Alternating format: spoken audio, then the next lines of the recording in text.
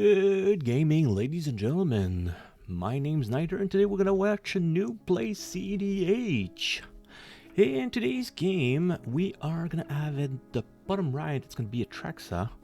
Bottom left is gonna be a RogThras, also called lovely RogThras. StellaLee is showing the card on the camera. Anyway, might not be the exact same thing that you will see when I move ahead. And I am gonna play Rocco Cabarati Caterer. This event was on April 13th. This was at the FMM, the Festival Magic Montreal. Wonderful event organized, I believe, by the Expedition. Also with people from Boutique Awesome and Le Coin du Jeu from Lachenay. I will put the names on screen. Thank you very much for these guys. This game was the final of a 44-person cEDH tournament. So the two at the top, we've got top one at the one that finished first on the tournament. Right next is me that finished second. And these two were the top 10 cut that won their table. It was a super nice weekend. They had some great deals like they have at any event. Thank you very much for whomever organized it. But it was a super wonderful Sunday. So deck tech, Atraxa wants to be able to drop Atraxa as soon as possible, flip the top 10, and then go. Of course, she has because Atraxa is a girl. She has access to pretty much everything but red, I believe. It's a sans red. So they will have all of the tutors, all of the Oracle combo. Does she not? Just want to be sure before I'm telling you a bunch of bollocks. Atraxa Unifier, yes, sans red. So she doesn't have the Underworld Breach, but she could be playing a Yakmat's Will, Mnemonic Betrayal. But I'm pretty sure it's more of a Torokol combo and stuff like that. RogThras is the flavor of the month. Actually, starting to outbeat the Timna Trasios, which is actually, I'm super happy to see that we are moving away from Timna. Of course, RogThras, the latest build is a pretty much sans red. The dice are rolled 10 and 10 between Rocco and Atraxa. That is technically a 6 or an 8, so I moved the mat for 6. And we've got a 10 again for Atraxa, so Atraxa will be starting. So in certain tournament, you will see that the it's always going to be randomized. Of course, seating is randomized. Then we could say that since the seating is randomized, the one sitting at first is also randomized.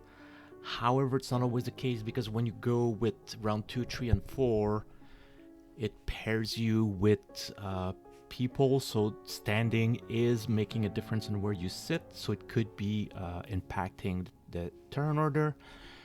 So most tournament, it's going to be seating is as per the tournament application, which could be Roaming Throne, or could be, oh god, I absolutely forgot what's the other one.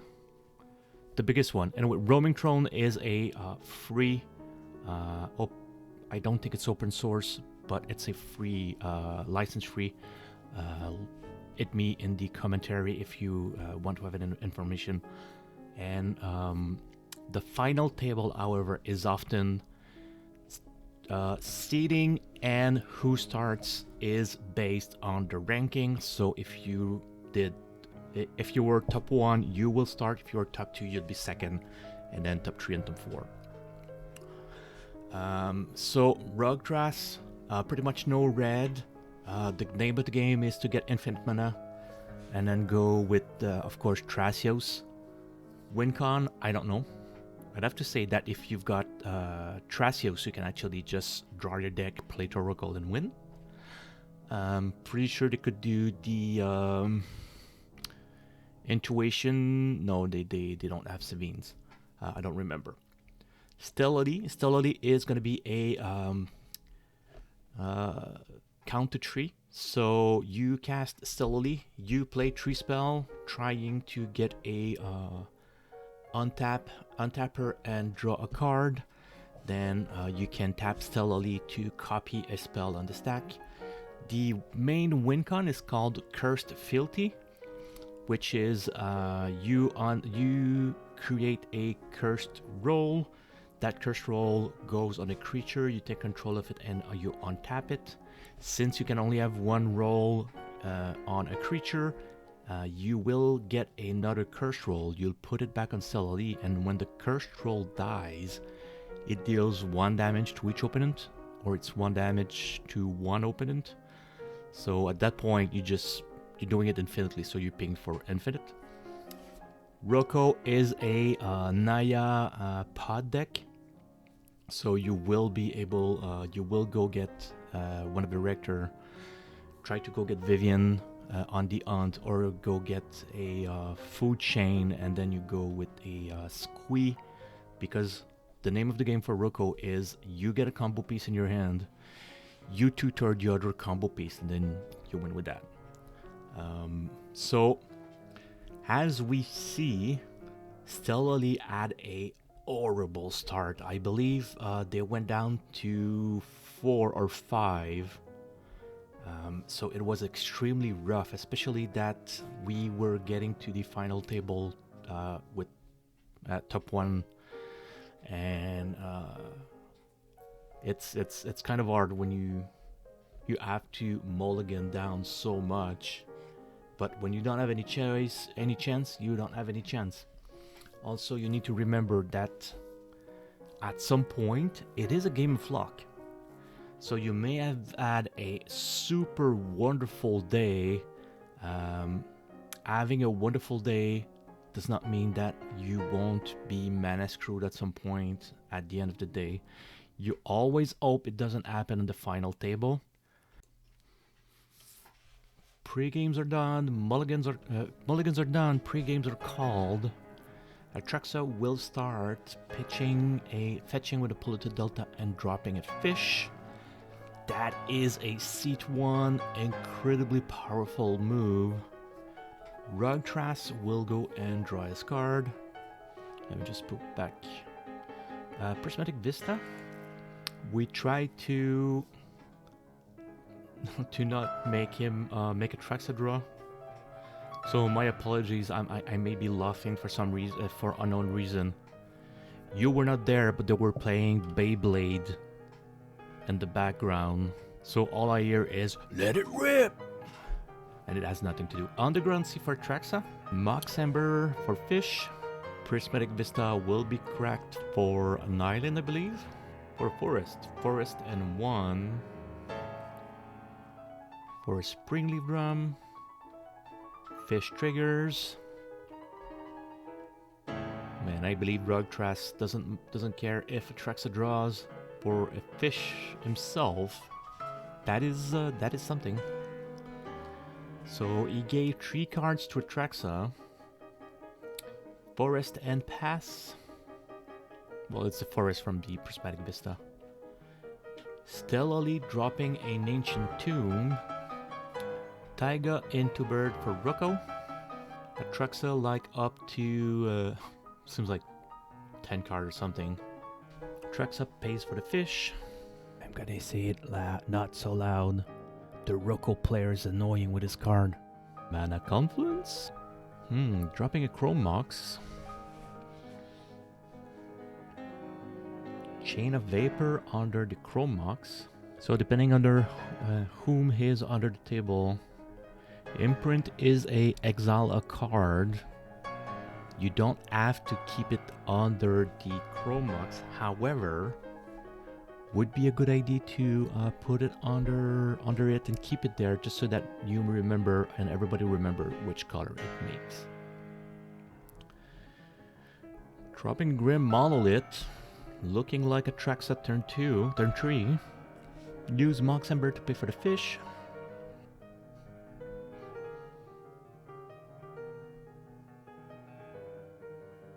Casting Thrasios, passes. StellaLee being sadly land starved.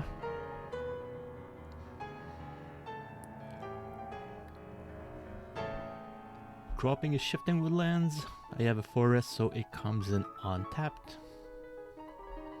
Drops a Soul Ring, because at some point they're just feeding each other, so what's the point of me holding back if everybody gets fed?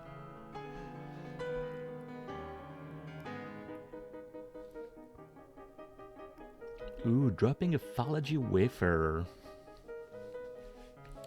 Phalangy Wayfarer it's a green creature that says I'm actually considered as all colors. So for Bloom Tender, it gives you Bloom Tender, Faber Welder, it gives you Wooburg. Also, multicolored spell as Convoke. So you can tap the Phalangy Wayfarer to pay for 1 green for either Fabro or Rocco or whatever. Ooh, making the fish gone. 1, 2, 3 plus Grim Monolith. Technically, land drop and something, and you can get Atraxa. Ooh, Windswept Eat. Puts Atraxa on the stack. Land, Enduring Vitality, Dark Ritual, Veil of Summer. No, it's a Sword to Plowshare. Boseiju, Torkoal. Finally of Devastation, Solitude, land again, Nature's Rhythm.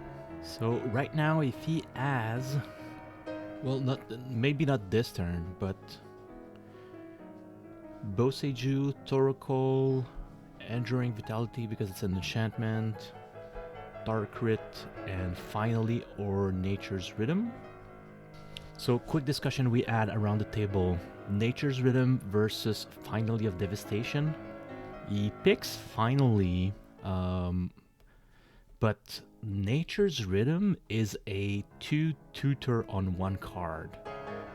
It's the same cost as Finally of Devastation. The difference is that he cannot, Finally, he can go in his graveyard. Nature's Rhythm only goes in the library. However, the Harmonized is a powerful thing that you can use. So over 10 card, over 7 types, he got 5, which is super good. Goes to hand, will most probably pass, discard to hand size. Damn, dropping Imsil and Diabolic Intent.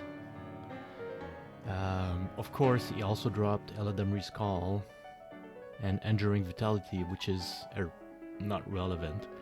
But he dropped 2 tutor, which means he has it. You don't drop 2 tutor if you do not have Diabolic and Demonic Consultation or Tainted Pact. So at this point, we're watching each other, but we know that we may be screwed on next turn. 1, 2, 3. Of course, he didn't pay for the fish. Green, and something. Judge chiming in, telling him that he needs to take an action. So we're all somewhat. We're not news. We've all grinded tournament. But we all know what the nerves are when you get to a final table. 44, and an event with 44 person is not small either. A 2K tournament is kind of something too. 1, 2, 3 to cast Ewit. Bring back fish. Casts fish. It's not a bad idea. However, I hope he has something.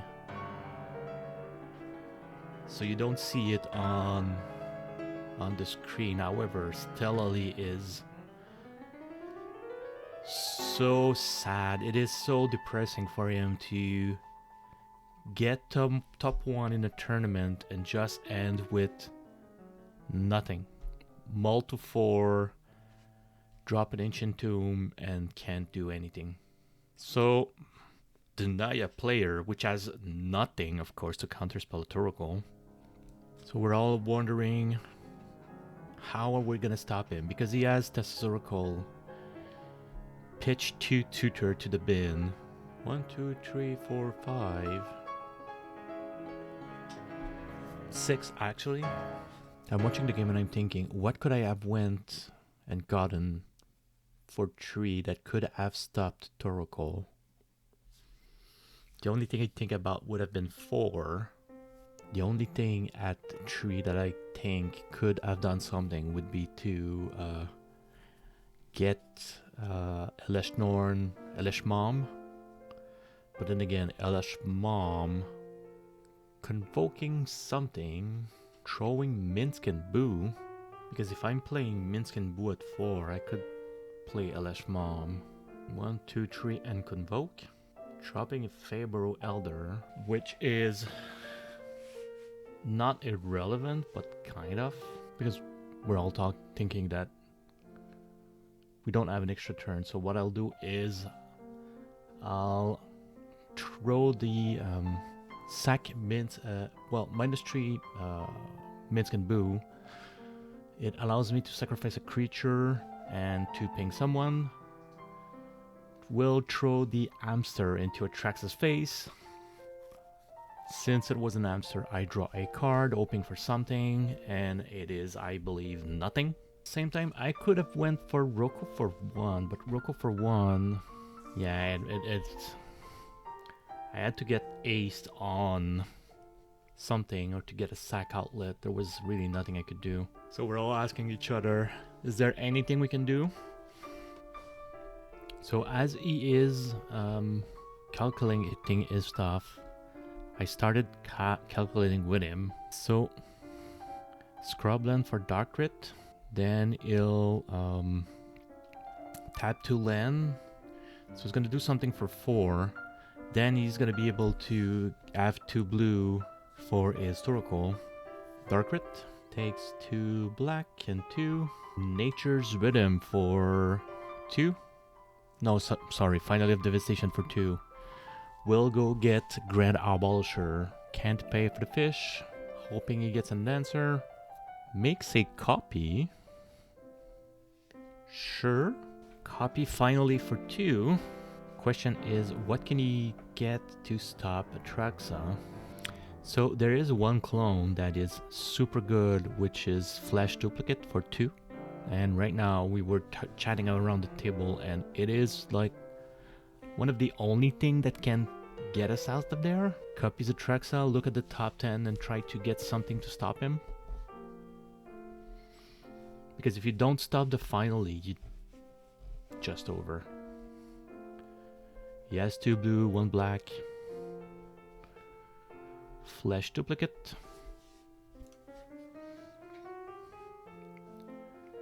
So that's 10 on the Atraxa.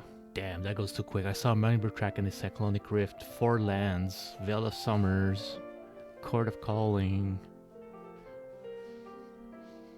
And I missed the one between... Well, I absolutely don't know what the class or saga is. The problem is that is his second spell. So it took Command Tower, Expedition Map, Mindbreak Trap, and the enchantment. Finally for 2. We'll drop, of course, the Grand Abolisher. Shortcut into Abolisher. Drops 2, and the Tainted Pact. Congratulations, Atraxa player. That was a super fun game. Super sad for StellaLee, but it is the luck of the draw. And thank you very much to the people that organized the FMM. That was a super nice event. Looking forward for the one next year because I believe it's only in spring. And if you've learned anything, don't hesitate to leave a comment. I'll be happy to have a chat with you. Of course, please like and subscribe, and I'll see you guys next game.